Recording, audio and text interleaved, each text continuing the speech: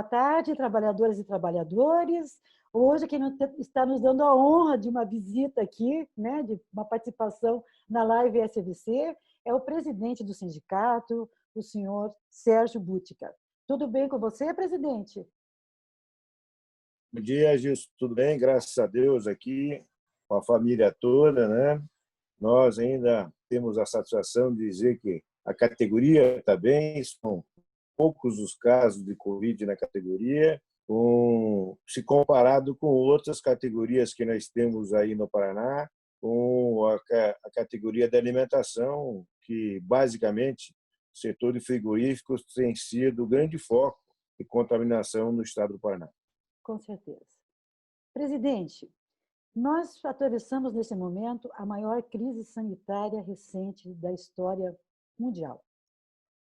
Sabemos que ela afeta o mundo do trabalho de uma forma devastadora. Gostaríamos de saber aqui de que forma ela impactou os trabalhadores metalúrgicos da Grande Curitiba em relação à saúde. Quais foram as medidas que o sindicato tomou para dar segurança e condições de trabalho para esses trabalhadores? Como sempre, o Sindicato dos Metalúrgicos da Grande Curitiba foi um dos primeiros sindicatos a nível de Brasil que tomou a iniciativa de já iniciar com as empresas o afastamento dos trabalhadores do chão de fábrica. Essa história dos metalúrgicos em relação à saúde, ela se vem já desde 1987, quando se criou o Departamento de Saúde aqui na categoria. E isso possibilitou essa iniciativa de a gente tomar e afastar os trabalhadores do chão de fábrica, possibilitou que a gente tivesse poucos casos na categoria, e foi um pouco do espelho que nós tivemos em relação ao estado do Paraná. O estado do Paraná é um dos últimos estados que está chegando no pico da pandemia. Nós afastamos, né, essa curva para mais tarde e estamos agora chegando próxima dela. É por isso que nós temos aí diversas iniciativas de negociações com as empresas e também com os municípios.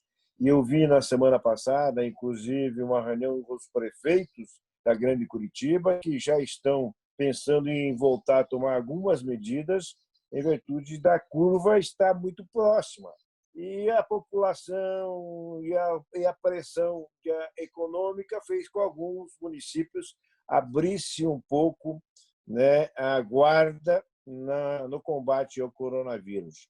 E agora estão percebendo que é preciso estar antenado, né? Nós temos um inimigo em comum, um inimigo invisível, e que vamos precisar, sim, ficar atentos por um tempo bem maior que a gente imaginou. Não será 2, 3 meses, a gente vai ter que enfrentar esse combate ao coronavírus com 6 meses, com todas as sequelas que vamos ter com a economia, com o emprego, e buscar alternativas com bastante criatividade. Muito bem, presidente. Inclusive, foi notícias nos jornais do Brasil inteiro que esse sindicato, a partir do Departamento de Saúde organizado, fez um dos protocolos mais eficientes para o retorno dos trabalhadores. Isso foi notícia em vários jornais. Presidente, dando sequência aqui à nossa conversa... Só para falar um pouquinho sobre isso, Gilson, Ok. Não está atrapalhando? Claro. Além de a gente ter feito o protocolo, de trabalharmos ele com as empresas, algumas empresas também já tinham realizado o seu. Hoje nós temos representantes da Comissão Anti-Coronavírus também no Conselho Estadual de Saúde, que é o nosso médico de trabalho, o doutor Surré, mostra a importância e a credibilidade do trabalho que o sindicato realiza e das pessoas que estão aqui conosco dentro da nossa estrutura. Com certeza, presidente. Então, retomando aqui, no primeiro momento, lá pelo dia 14 e 15 de março, o governo estadual decreta que tem que ter o afastamento. No primeiro momento, o sindicato negocia o afastamento dos trabalhadores, algumas empresas fecharam, outras tiveram rodízio, enfim, para se manter o distanciamento social, porque estamos falando aqui de fábricas presidente, com milhares de trabalhadores nas linhas de produção. Passado essa fase, lá pelo dia 1º ou 2 de abril, mais ou menos, o governo federal baixa a medida provisória 936, que passa a regulamentar os contratos de trabalho, baixando medidas como redução de jornada e suspensão de contrato. Neste momento, quais foram as ações do sindicato para implementar essas medidas que eram leis, não tinha como fugir, dentro das empresas? De que forma foi aplicado a medida provisória na categoria metalúrgica da Grande Curitiba? Juntamente com as ações de saúde, nós iniciamos nas principais empresas, que atinge basicamente 70% da população da representação do Sindicato Metalúrgico de Curitiba, que hoje gira em torno de 60 mil trabalhadores, já a negociação e o encaminhamento para o afastamento dos trabalhadores usando a MP 936, seja por redução de jornada com redução salarial, dentro daquela proposta da medida, né, que poderia estar reduzindo 25%, 50% e até 75% dos salários e da jornada.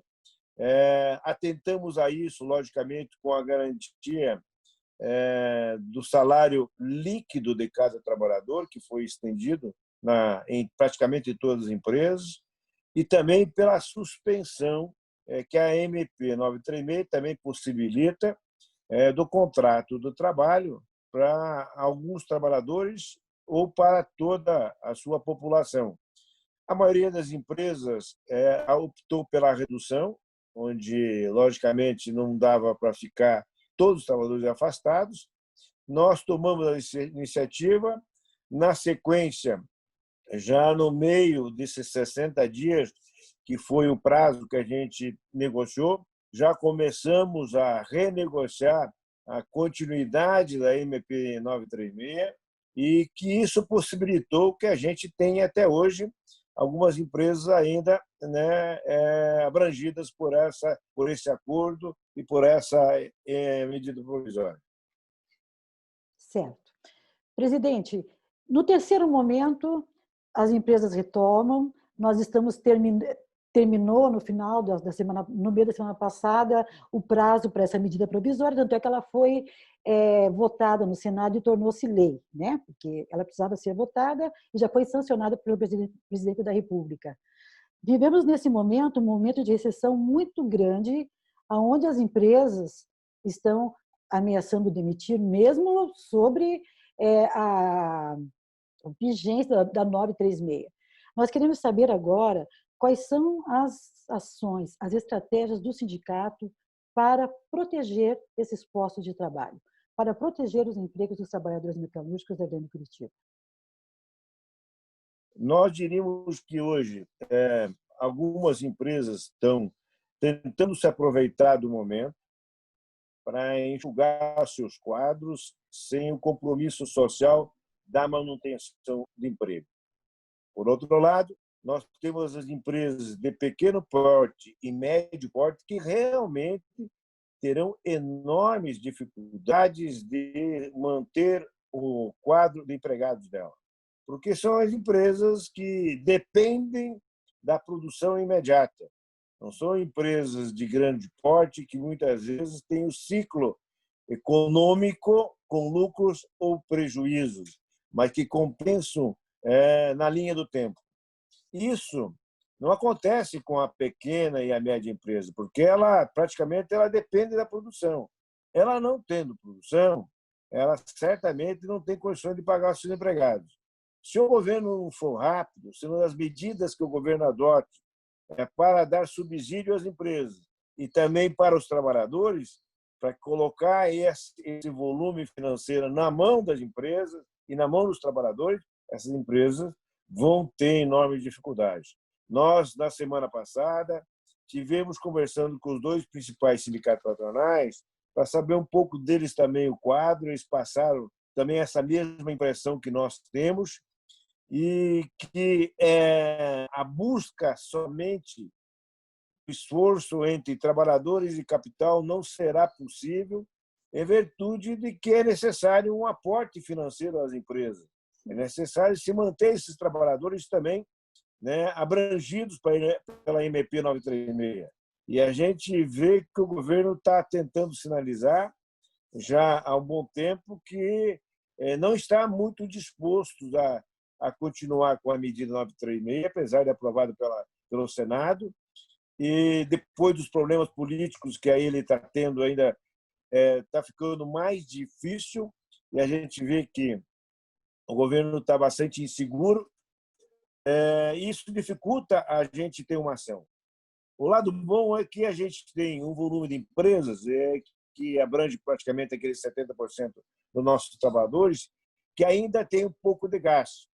Algumas já estamos negociando para buscarmos alternativas para esse momento.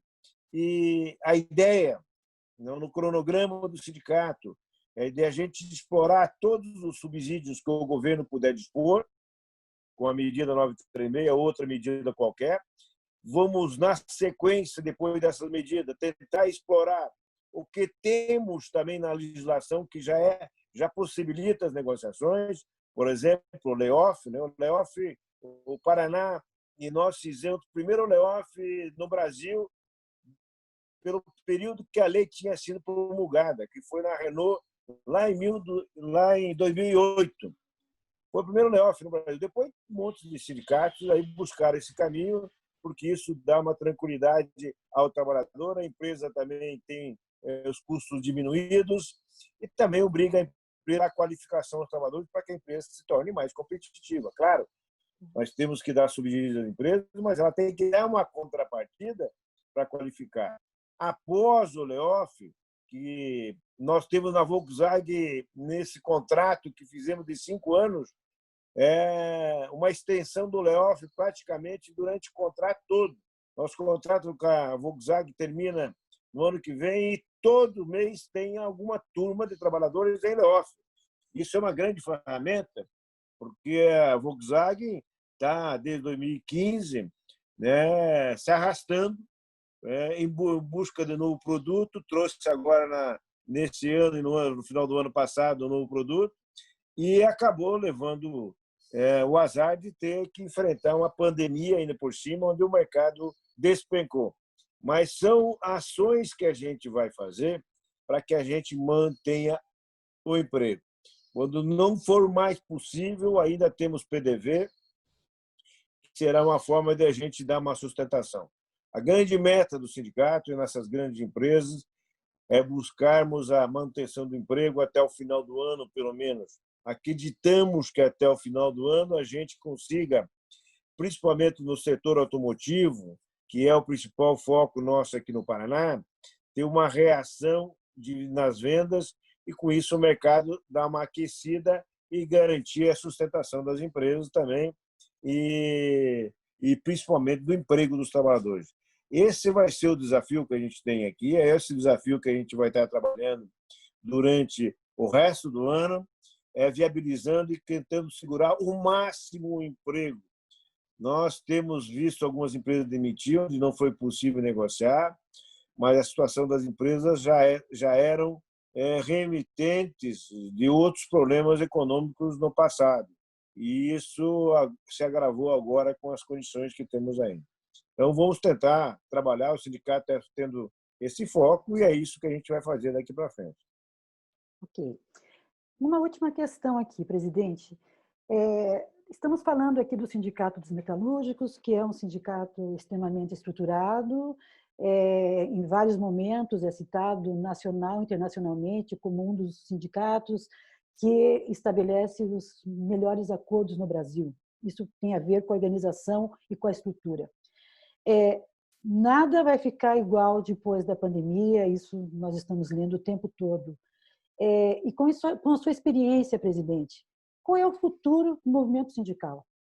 Como que vão ser as ações pós-pandemia? Os sindicatos brasileiros, eles têm condições, têm uma união suficiente para enfrentar isso juntos? Como o senhor, com a sua experiência, vê o futuro do movimento sindical brasileiro? São duas coisas que eu vou falar. Não é só sobre o movimento sindical, mas também sobre a economia mundial. A economia mundial já estava se preparando para se reinventar e a gente acompanhou já nos últimos 2 anos, quase 3, o grande objetivo das montadoras a nível global era de começar a investir fortemente no setor automotivo de carros elétricos, em virtude, logicamente, da poluição que nós enfrentamos, né, e o clima que a todo ano se agrava, né, cada vez temos uma poluição cada vez mais crescente. Isso faz com que a população tenha que entender que se nós fizermos nada, amanhã não teremos um ambiente saudável para sobreviver. E quando a gente fala em ambientes saudáveis, novas doenças irão aparecer, como essa do Covid-19, certamente se não tivermos muita poluição, porque novos vírus mais fortes poderão aparecer dentro da poluição. Então, o mercado econômico, o mercado mundial, ele vai se reinventar e as empresas como um todo já estão encurtando o prazo. Em virtude da grande crise de saúde mundial, as empresas já estão tendo que parar suas fábricas, já estão começando a andar na frente, se reinventar para implantar o carro elétrico a nível global. No setor econômico, é isso que vai acontecer e é o futuro do setor econômico. Nós iremos ver uma transformação tecnológica em todos os setores, desde o setor automotivo, telecomunicações, como um todo, como hoje, né, a gente está fazendo nossas entrevistas aqui de maneira virtual, né, as nossas reuniões com as empresas têm sido de maneira virtual, as nossas conversas com os trabalhadores também têm sido de maneira virtual. Então, quer dizer, nós vamos estar tendo uma ferramenta mais ágil de comunicação, vamos usar mais isso e quem sabe ver menos televisão, ficar menos influenciado com aquilo que a mídia quer que a gente faça e a gente entenda. Até na hora de votar, se usa a mídia para nos dar uma direção e, de maneira inconsciente, a gente acaba votando de maneira errada. Então, isso é muito importante que a gente entenda que vai mudar no setor econômico. Em relação aos sindicatos, o nosso sindicato é um sindicato que se reinventa todo ano. Nós somos defensores já há 20 anos da representação única e pura. O que quer dizer isso? Que nós queremos representar aquele que tiver confiança no sindicato. O nosso dirigente sindical ele tem que ter a obrigação de ter uma credibilidade na confiança desses trabalhadores. O movimento sindical ele vai estar, que não fizer as mudanças que tem que ser necessárias, de se organizar na base, de estar presente junto aos trabalhadores, não só de maneira presencial, mas também virtual, com comunicações, usando essa ferramenta da comunicação hoje mais atual, como os aplicativos que nós estamos usando, para que o trabalhador tenha acesso e possa também se reportar e colocar a sua opinião. Não é só a opinião favorável que nós queremos ouvir todas as opiniões. Então, o futuro do movimento sindical, o futuro da economia, terá uma grande transformação. O trabalhador, por outro lado, terá também a oportunidade de escolher os seus representantes mais abertamente para quem ele acha que deve o representar. E, aliás, de uma forma ou de outra, as medidas e as alterações que hoje foram feitas pelo governo, se elas foram atribuladas ou de uma forma meio atropeladas, ela vai nos obrigar ainda mais a agilizar a nossa comunicação e a nossa representação. Onde a gente vai tem que ter uma representação mais imediata, confiável, com credibilidade, estar junto aos trabalhadores para que a gente possa enfrentar essa pandemia, as crises econômicas que são periódicas. Se a gente olhar, a gente tem visto crises econômicas de 5 em 5 anos. nos últimos 20 anos. Elas são maiores ou menores, mas elas estão existindo. E se nós tivermos governos que não priorizam a questão econômica, a questão de competitividade, de apoio e de incentivo à indústria brasileira, nós teremos cada vez mais desemprego. E os trabalhadores vão ter que aprender que nós temos que trabalhar com governos que investam na indústria brasileira, no emprego da população, no investimento em novas tecnologias, no desenvolvimento da tecnologia nossa brasileira. Sem isso, nós ficamos dependentes de outros países, de outras esferas onde eles têm a tecnologia e nós somos obrigados a comprar desses países a peso de ouro essa tecnologia e entregar a eles de maneira muito barata. A única coisa que nós temos de bom hoje no Brasil que é o setor agro, que é a produção de grãos. E logicamente, os minérios que o Brasil tem em abundância, que é entregado para eles também a um preço muito baixo, e depois eles fazem a transformação que tem que fazer e nos entregam com um valor superfaturado. Essa é a nossa realidade. Nós estamos perdendo essa guerra contra a manutenção, a favor da manutenção da indústria brasileira, a favor do desenvolvimento da nossa tecnologia. Os governos não conseguiram e outros não querem fazer, estão mais preocupados com outros investimentos e com outras prioridades. E essas outras prioridades não é o que vai fazer com que o Brasil seja autossuficiente em tecnologia, autossuficiente em emprego e que a gente possa cada vez mais poder ser inserido no mercado internacional com produtos nossos, com tecnologia nossa. Quem não fizer isso vai ficar para trás. E é a população e os trabalhadores que vão pagar um preço muito alto.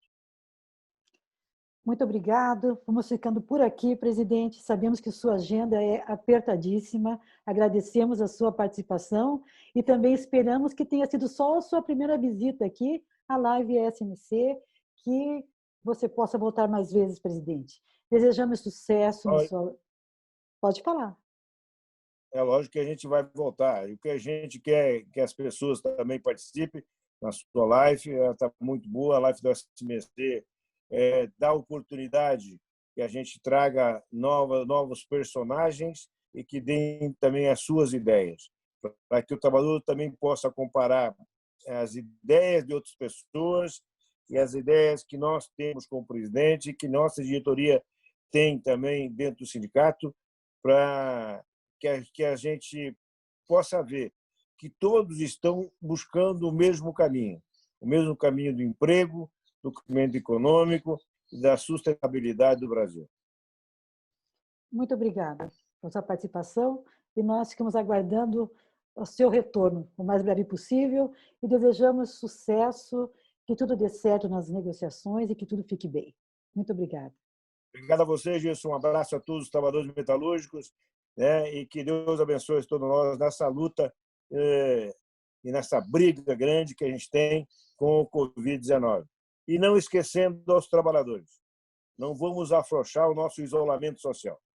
Nós precisamos nos garantir que vamos atravessar essa pandemia com isolamento social e não possibilitando com que a gente tenha índices muito grandes, como estamos tendo, de mortalidade, de vítimas ao Covid-19 no Paraná. Um abraço a todos, que Deus abençoe a todos nós e uma boa semana de trabalho para todo mundo. Ok, muito obrigada.